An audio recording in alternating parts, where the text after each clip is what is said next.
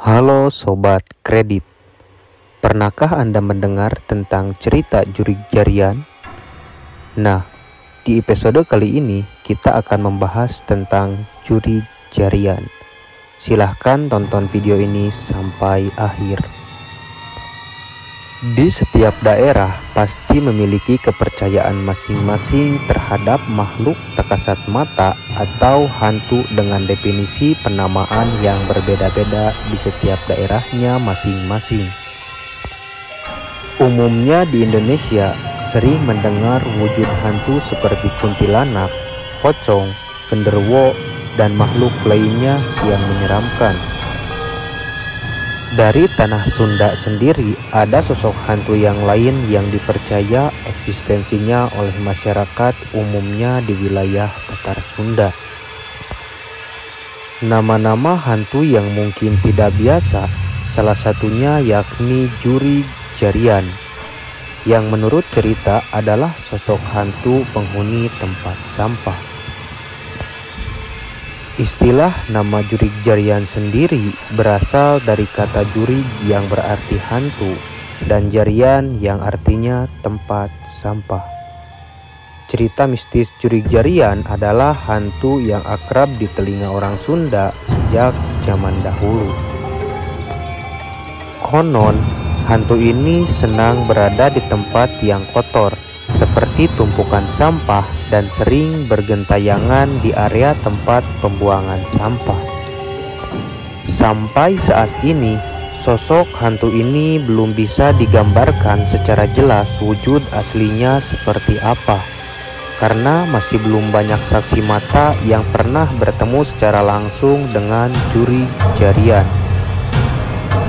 Namun, beberapa di antaranya mengatakan sosok hantu ini seperti wujud tuyul karena wujud yang menyerupai anak-anak dan berkepala botak, tetapi ada juga yang mengatakan hantu ini seperti hantu wanita dengan rambut panjang layaknya kuntilanak.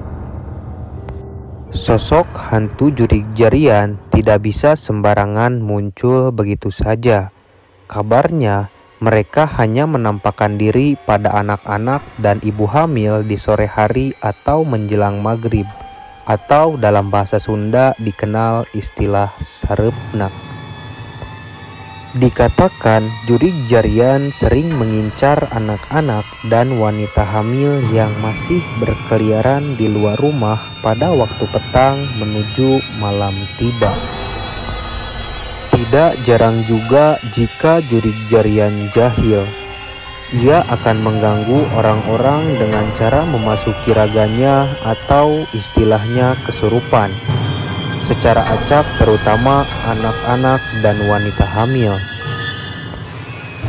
Jurig Jarian akan mengincar anak-anak dengan menularkan penyakit, sedangkan kepada wanita hamil biasanya akan diganggu dengan membuatnya kesurupan. Konon kabarnya penyembuhan dari gangguan Jurig Jarian juga lumayan unik, yaitu dengan air kelapa muda dan kopi pahit yang dicampur 1 sendok garam dan diberi ayat kursi. Cerita tentang hantu Jurig Jarian ini memang dari zaman dahulu sudah melekat di masyarakat Tatar Sunda. Secara keilmuan memang belum dapat dipastikan kebenarannya akan hantu Jurig Jarian ini.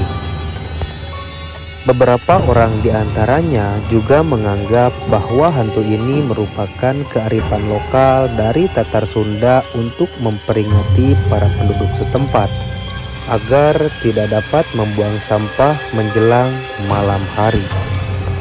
Secara nalar mungkin dapat dimengerti dengan alasan bila anak kecil yang sering bermain di sekitar tempat sampah bisa dengan mudah terkena penyakit. Namun, jika ibu hamil cukup rentan terserang oleh berbagai bakteri yang akan berpengaruh pada perkembangan janin. Jika kita berkaca pada cerita tersebut dan dikembalikan pada nilai-nilai budaya, Cerita tentang jurik jarian ini bisa jadi adalah petuah dari nenek moyang zaman dulu untuk senantiasa menjaga kebersihan lingkungan. Nah, itulah sedikit cerita tentang hantu jurik jarian. Percaya atau tidak percayanya Anda dengan cerita ini, itu kembali lagi kepada diri Anda masing-masing. Intinya tetaplah positif dan jangan bermain di sore hari karena bukan waktunya. Oke, sekian dulu dari kami. Jangan lupa like, comment, share, dan subscribe.